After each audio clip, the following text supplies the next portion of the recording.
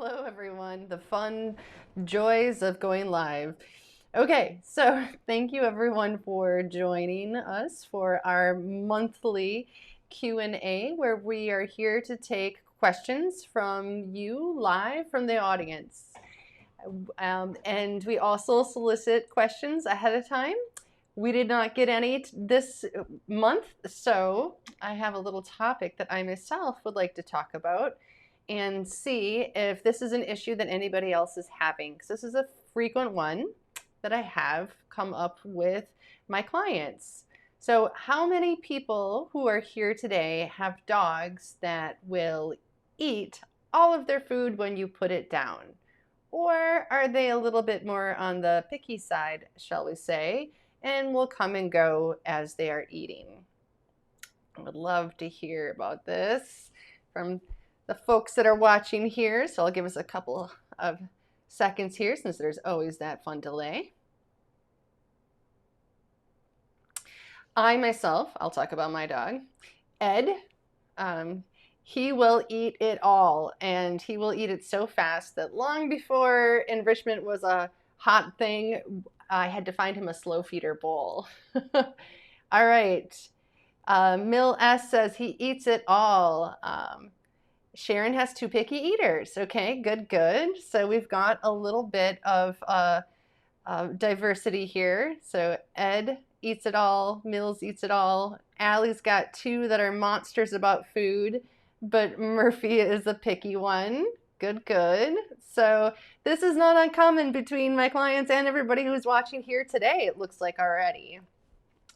So I would like to talk about this a little bit more as to how we can get our dogs who are the picky eaters not to be such picky eaters, and also direct people that have non-picky eaters to things that they can utilize right away because your dog's already raring to go to eat that food to help to put that daily food ration to work and helping it so that your dog spends more of that mental energy. So, so let's talk about the pros and cons first about having your dogs, just allowing them to be free fed, as is one of the terms that they call it. So free fed would mean that you put your dog or your cat's food down and then you just let them graze as they will throughout the day, deciding when they're going to eat or not eat. And some people will do that if they say, for example, like Allie and Sharon said, because their dogs or cats are picky and they want to make sure that they're eating. So you're going to leave it out, right? Because you're worried. But we actually can have lots of cons, I guess is what I'm going to focus on today, from doing that. So for one, our pets are not great at regulating themselves. They will, like Ed, if I did that, he'd have bloat and I'd have to be taking him to the ER right away. But, for our picky eaters, it's the opposite reason of why you're doing that. But they will constantly snack all day. And, like us humans, if we're snacking all day when we're bored, we never really sit down and have a regular proper meal. And we can sometimes end up eating even more throughout the day than we would, say, if we had cut down into regular rations where we actually got full. So having your animal become obese is a high risk here with that. And in fact, I even looked this up because I was curious. In the United States, there are 58% of cats and 54% of dogs that are overweight. Now that's a lot. So, and that may not seem like a big deal. Oh, sure, my cat's a little, or my dog's a little on the chubby side. Whatever, they're happy.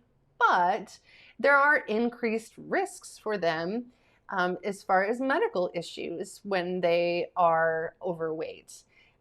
They also have just general life quality issues. It's harder for them to walk. It's harder for them to breathe, to get the physical exercise that is then going to help them stay healthy, physically and mentally. um, then the other thing would be that if your dog is not on a regular eating schedule and you put down the food and they just graze all day, you might not notice if they haven't eaten today. And that would be a very important one, because that is a very blinking red light when it comes to your dog not feeling well. So if your dog didn't eat their food and you're used to just grazing, you might not notice that till, say, the next day. And then we've got a bigger issue there. So it could end up costing you quite a bit of money on the medical side, because you didn't catch it at that first sign that your animal wasn't eating properly. You can also notice them eating more or more ferociously or faster, and that is also a sign that they're not doing well. Then we have got difficulty. Let's say that you have to get medications to your pet. So anywhere from just normal medications to help them get over a cold to medications that literally need to be taken with food. Those are both very important things. So that's a big one, medical issues. And of course, because I'm a dog trainer and behavior consultant, then I always think about the behavior stuff. So potty training, this is a huge one, especially for puppies, but for any age dog that we are working on potty training with. So if there's not a regular intake, there's not going to be a regular outtake. And this is especially with our puppies.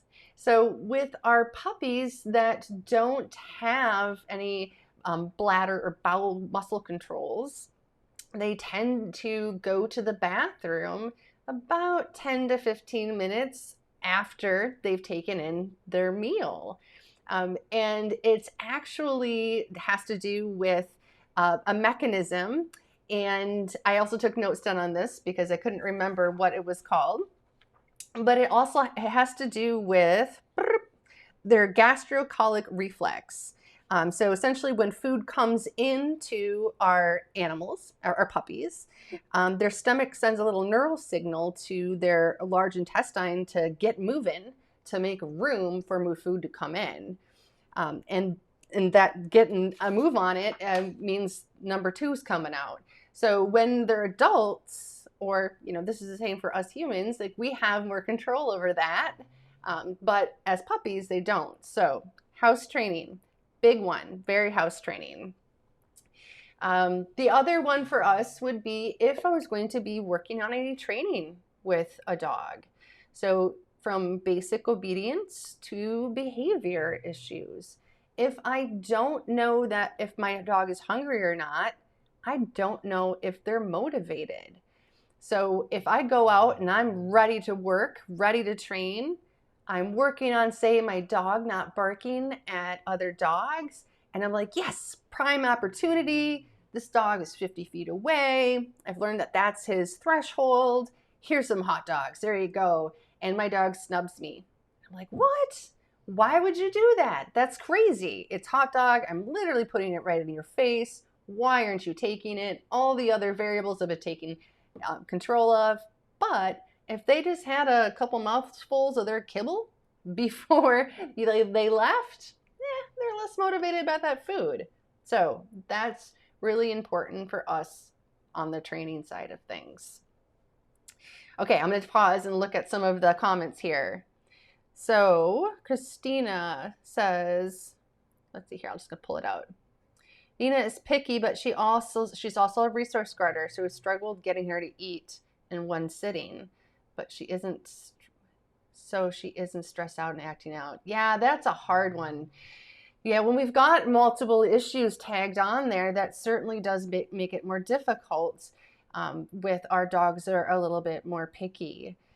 And thankfully, you are working towards figuring out if she's not feeling well, because that would be one of the the big things for a dog being picky is, are they not feeling well, or is it that they're just not used to a schedule?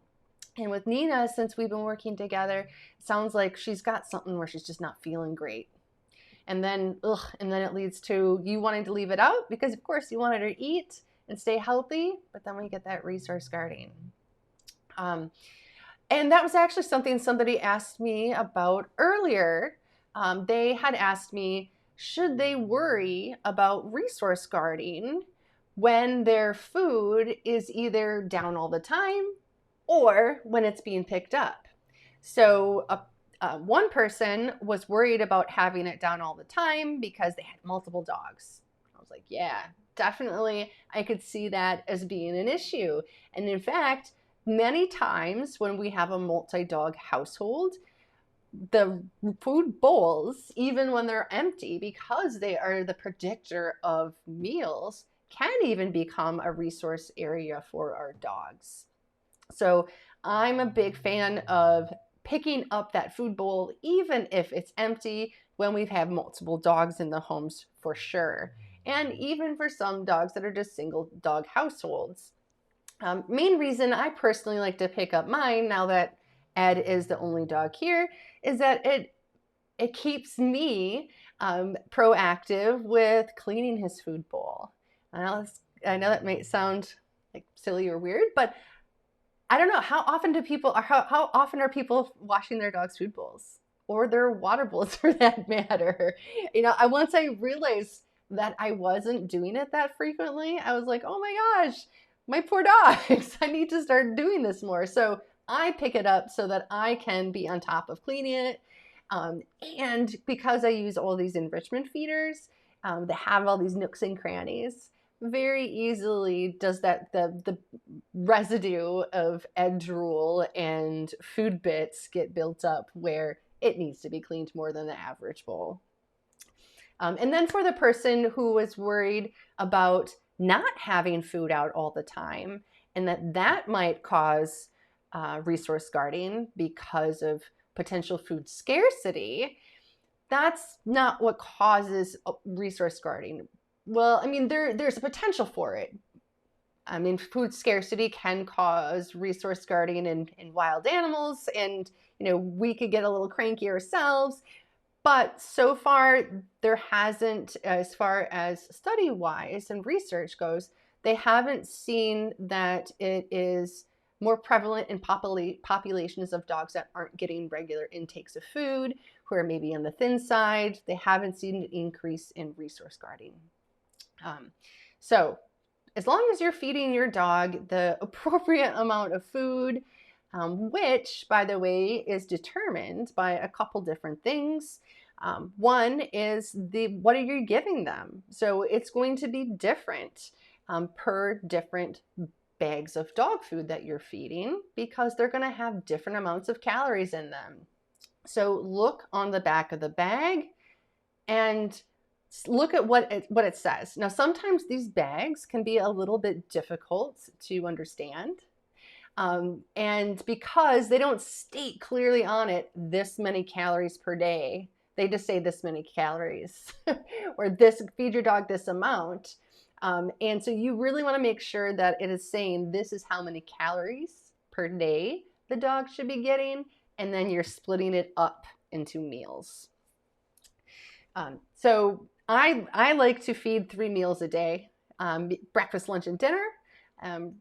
For my reasoning was initially because Ed would get a little tummy sick. He'd start to be like, oh, I'm so hungry. And then he would literally get a little sick. So we started giving him lunches. But then I also started to get into, I had more energy myself in the afternoon. So that's when I get out his more complicated food enrichment items. And then I would be filling those up. So he then got some more brainiac games to do.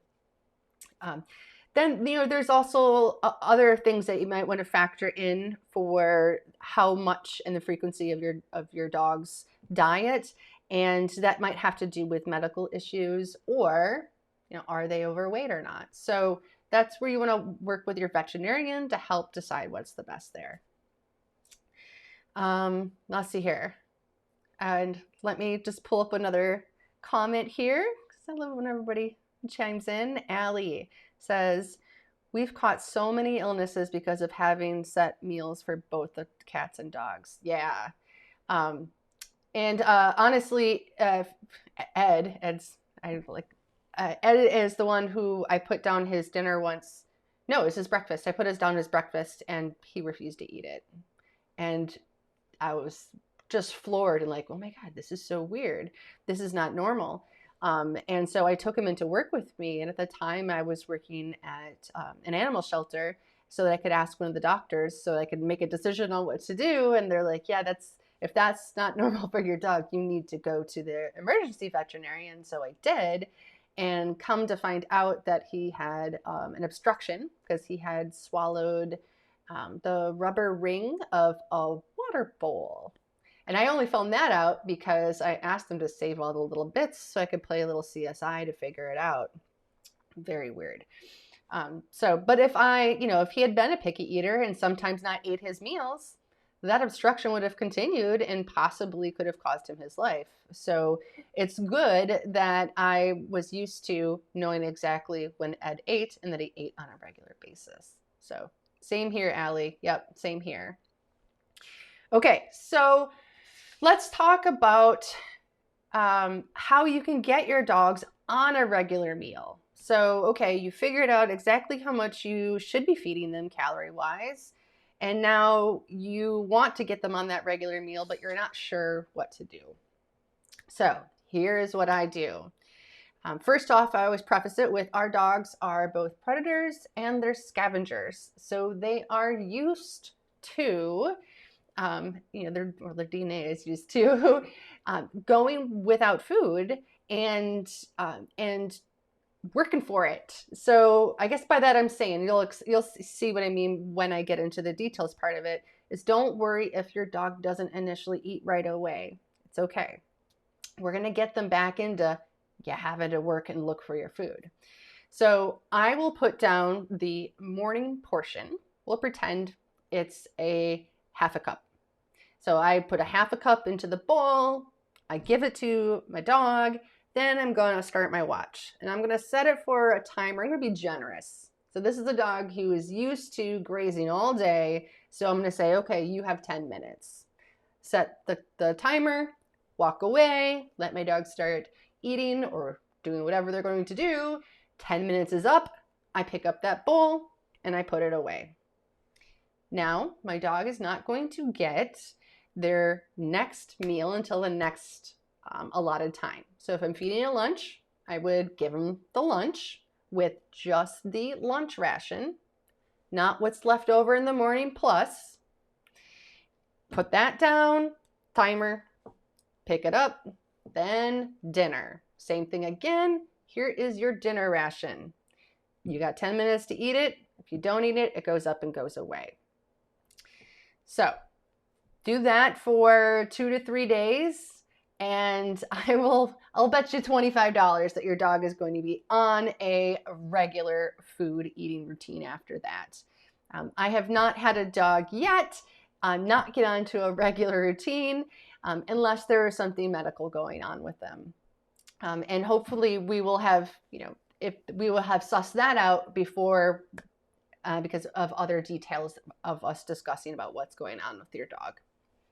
So that is how I would get on a dog on a regular food routine.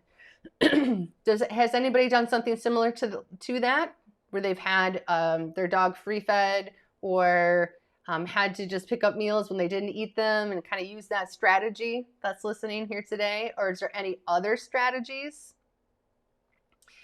I'll tell you while I'm waiting for that answer, a common thing that people will tend to do. Yeah, that's what you did, Mill? Awesome. So a common thing that some people will do if they've got picky eaters is try and cater to them. And I call them cat dogs, where you sprinkle a little this on and sprinkle a little that on, and then the dogs will eat it for a day or two, and then sprinkle that on and come for a day or two. And so I found out Prince, when he was a puppy, just adding for He was just waiting for wet food. Yeah, see, our dogs are smart. They connect dots, and they also figure out what works for them or doesn't. So they're like, if I hold out for 15 minutes here and just sit by the bowl and look at it, mom will start to feel bad for me and then put some wet food on top. Or mom will start to feel bad for me and put some cheese on top or something like that. And it's not that they're being manipulative or anything. It's just, why wouldn't you hold out if you could get something much more awesome? I know I would. So it can just get to be this habit. So you just have to break yourself out of it and say, hey, no, you're not going to get anything extra on top of your regular meal.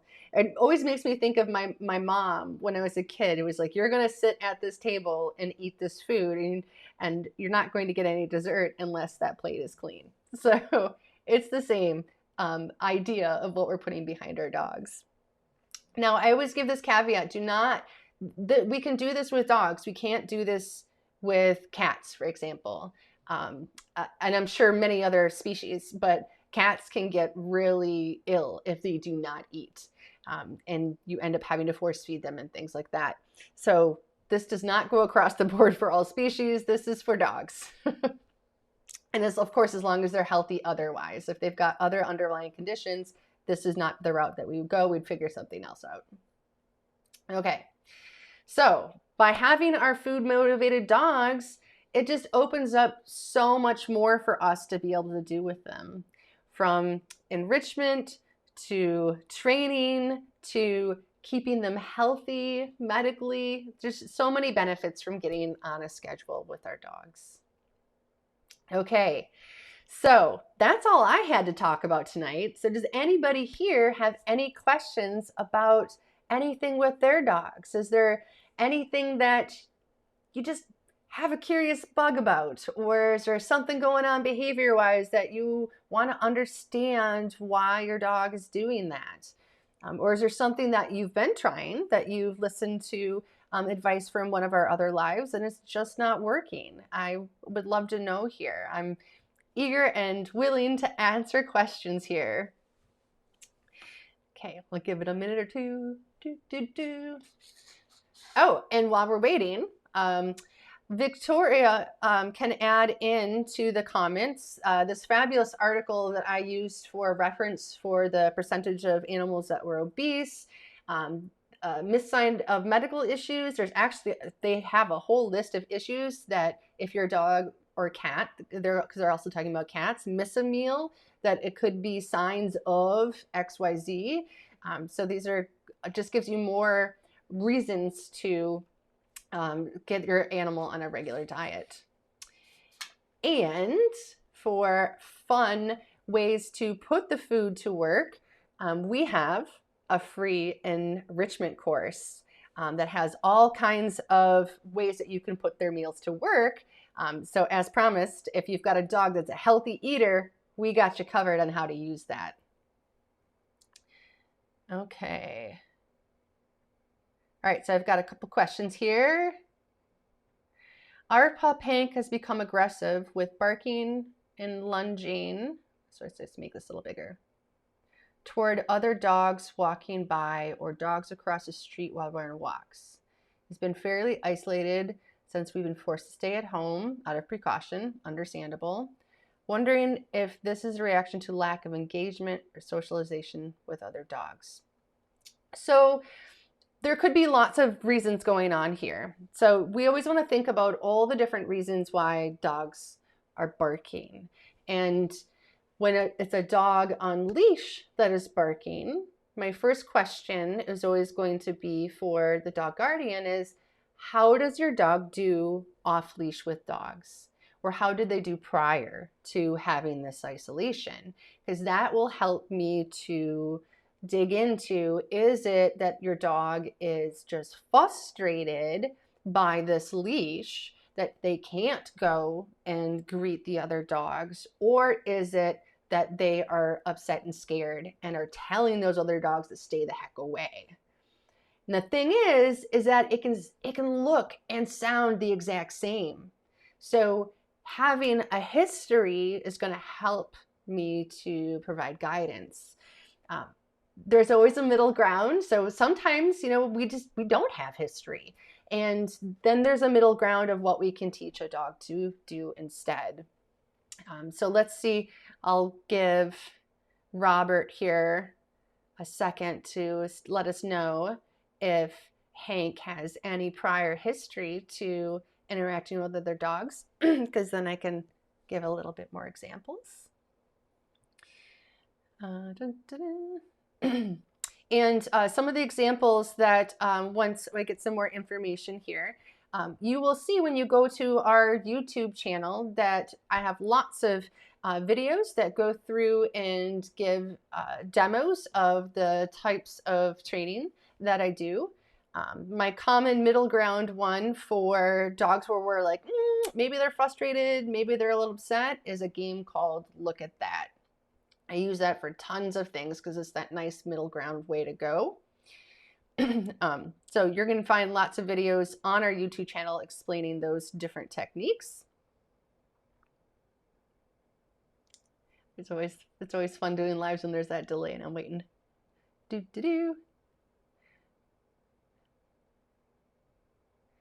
Okay.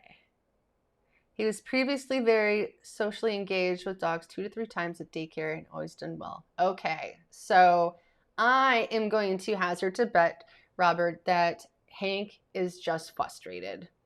And that it just looks like he is being aggressive because he's just, crazy town. So what I like to teach a dog to do when we've got this going on is, well, and the first thing is, if we can, I love to take the lid off of that and get them out to get more dog-dog play. And I know it can be initially a little bit scary if they've started barking when they didn't before, but you've got the history of him doing really well. So could he go to a daycare if the daycare has a nice, safe setup process for you to be able to drop them off so you don't have to worry about, well, I guess it depends on where you are, because some of us have strict stay at home and that's not even an option, even if things are safe, safely run. So what you could do if you don't have that as an option to take Hank so he can blow off some of that steam and get that interaction that he is craving so much, is you can teach him how to look at a dog and look at them calmly. Let's see here. Rob's got another thing here. I would agree on the frustration. He is even more cautious. He's been even more cautious of approaching dogs and getting in a stalking stance before greeting them. I call that the lion in the savannah pose. So that can be scary because that looks creepy. But for a vast majority of dogs that I have seen do this, it's part of that play repertoire. They're getting ready. And then just when that dog gets close enough, they pounce and they have fun. But it can look scary from the back. So, if you can't get him to be able to go and play with dogs at the moment, you can teach him this game that says, hey, if you look at that quietly, then you're going to get rewarded for it. And we're going to continue to walk towards that thing that you want. Now, we're going to ask him to look for a hot second. And that hot second is important. And then we're going to reward him. So let me see if I can't download a little video very quickly here. Wow. So I can show you a demonstration of it.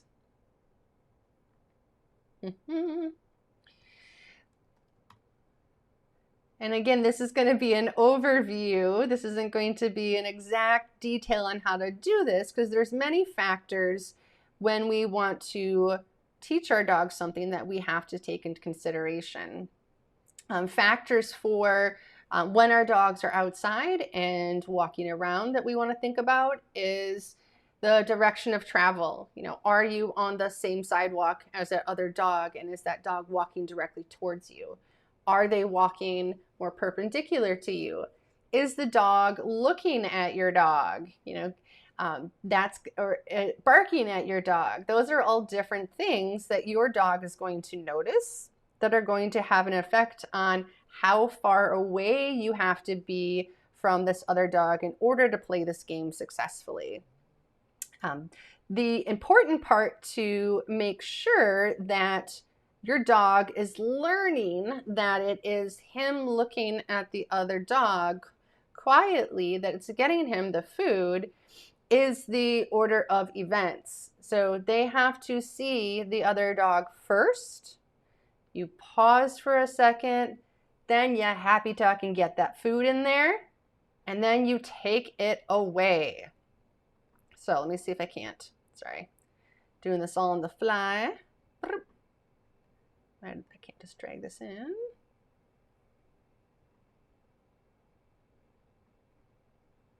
Okay, so this is, look at that. So this is Trey, and his dad is awesome at manipulating the direction of which the dogs are coming towards him by placing Trey a little bit on the side and using his body to help be part of a visual block when the dogs get just about even with him. They have very few options of getting out of Dodge here because they live in a busier downtown area. And Trey had worked up to this. This wasn't the first time that he had done this. They used to have to be much further away. One thing you will see in this video is that Trey does decide to sit, but Dad does not ask for that. And I ask that that my clients don't ask that from their dogs because that's really hard. That's the last thing that your dog wants to be doing when they are barking at their dog because they want to get closer to it because they're social. Or if they want that dog to go further away, they don't want to sit and feel like, oh, the scary thing is getting closer and closer to me. So no stationary behaviors, just let them stand. Okay, so here goes the video.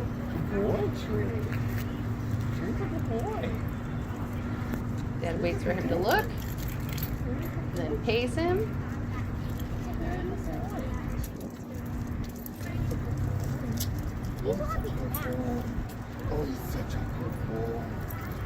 Good, so that was pretty rapid fire fast, right? It was feed, take away, feed, take away. And now you'll see here that the dogs are gone. Dad doesn't just give him a freebie because he's adorable. Boom, he looks and then he pays. So that is the game of look at that. And that's what I would work on teaching my dog. But you have to start at a very far away distance in order for them to be able to get into the game. And then start looking at all those different variables for your dog that's harder or makes it easier.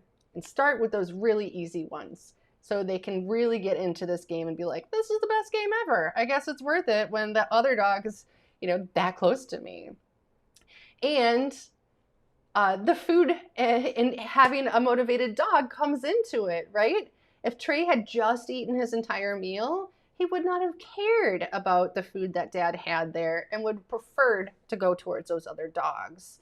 So really having that food up and high. And I love to use these. These are travel tubes, little silicone tubes that I'll fill with cheese, peanut butter, canned dog food, you name it, so I can have the extra awesome stuff with me at just the flip of the lid. Boom. Okay, so I love that you asked that, Jay. That's great. Okay. And then Mel says, getting him to go to the bathroom outside when the weather's bad.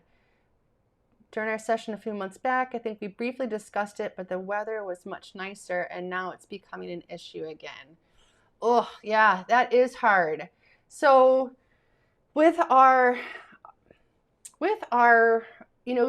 older dogs, with our puppies, with our short-haired dogs, getting them to go outside when it's so icky like this, it is tough. So there's a couple different things that I like to think of as what can I do to modify things a little bit to help them out. So if it is a matter of it just being really, really cold, can I make sure that I'm going on a really good schedule, figure out exactly when my dog should have to go. If they've built up their bladder and bowel muscles, like if they're already house trained, I'll know right after dinner, midday, and then again after breakfast. Those are the times that I'd be taking them out. And then I would even be giving them an extra little treat to say, hey, thank you for coming outside with me and for doing it outside.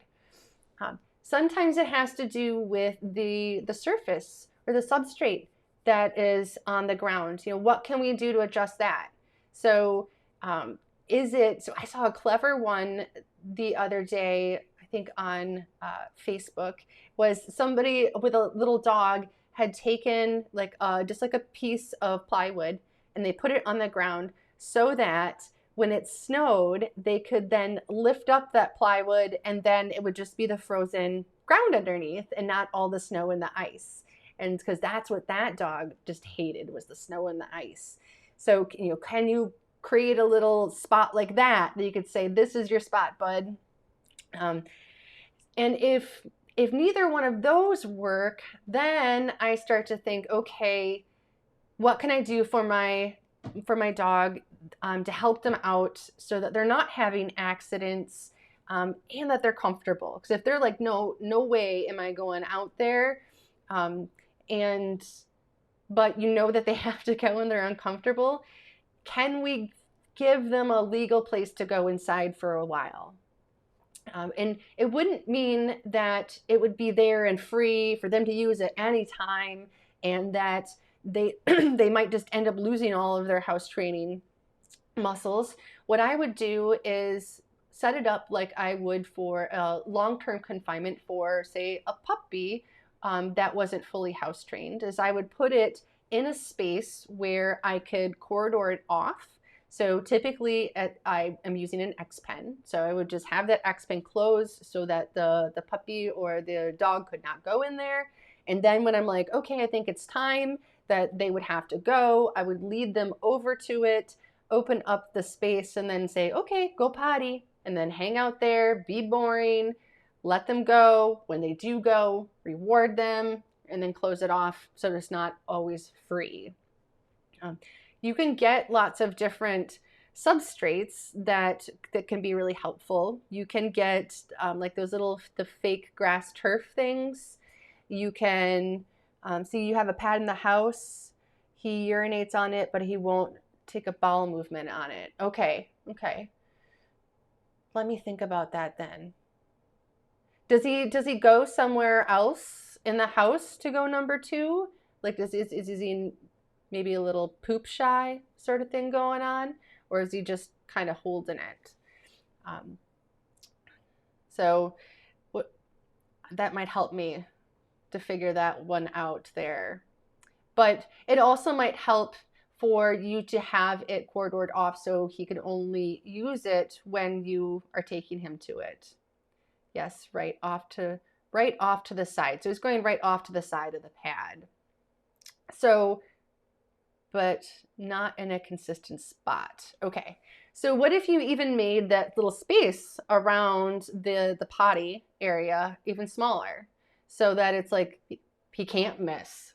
We can set it up so he can't go to one side or the other. That's exactly where he has to go. That's his only allotted space.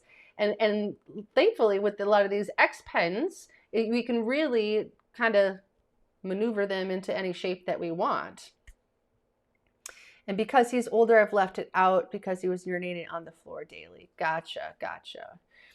So let me think more about how to help him with getting number 2 on the mat. Thankfully, Sunnyshine is that he's missing the number 2. That's so much easier to clean up than urine. So that's a bright side. But let me think more on that, if I can think of different ways, because he's an older guy, and how to help him out there. All right, we got a chance for one more question. All right, so Robert says, thanks, I'll work with this and keep on some regular high value food. Play the game. Awesome. Joan says, what if my dog could care less about food in this look at that game? So I don't know if you were with us earlier, but we were talking about helping to make sure that our dogs are on regular scheduled meals. to help so that we know exactly when they are hungry and are going to be motivated by food. Frequently, folks will go right to the pet food store and then look for dog food treats.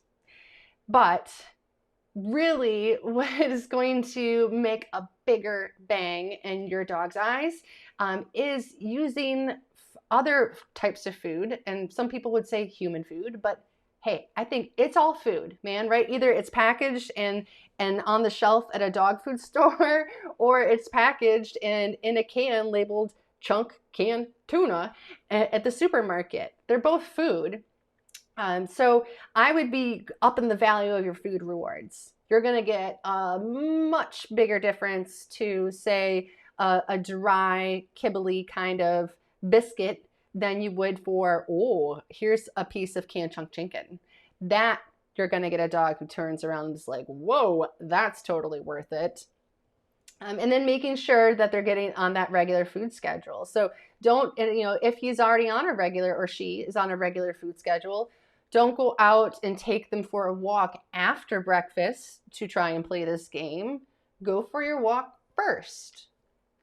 Your dog's hungry. They haven't had breakfast yet. Then you can start to play the game. And then when you get home, you can say, okay, we saw 10 dogs and you got a lot of calories, so I'm going to decrease your breakfast by some so you're not getting chunky on me. So it's all about figuring it out and taking all of that sort of stuff into consideration when we're out and about. So find that food that your dog Joan will eat when they are outside, when there's not a dog present, and then go up on the food reward, value reward there, and bring that along. And that's where these food tubes can really come in handy. If you can get it in this tube, you put it in your Cuisinart, you've got all kinds of opportunities and recipes that you can put in here that your dog will love and really work hard for. Okay, well, thank you everybody for joining us, and thank you for all the questions. This was a lot of fun. So let me talk about what we've got up next. So next Monday, we're going to be talking about our senior dogs. And Suzanne Briner from Lucky Dog Fido is going to be joining us. And we're just going to talk about how both of us have been through with senior dogs, and talking about the different things that challenges that we've both gone through, and what we've done to help our dogs to still enjoy their lives as they get older. So that's our next one after that. Then after that, our following one, we're going to be starting a new series. So we're going to start a series about rescuing and sheltering of animals, and how training is an important part of that process. And we've got lots of different guests lined up to talk about that with families and those that are volunteering and their time and working with shelters and rescues. So we're very excited about this new series. So we hope, until I'm getting tired, it's the end of my week. Hope that you guys had a good time. If you have any questions or comments, because you're watching this as the recording, do not hesitate to put them there. We will come back and answer the questions. We also upload this to YouTube after we're all done, so all of our non-Facebook fans can also view it there. All right, thank you so much, and everybody have a fabulous week. Bye for now.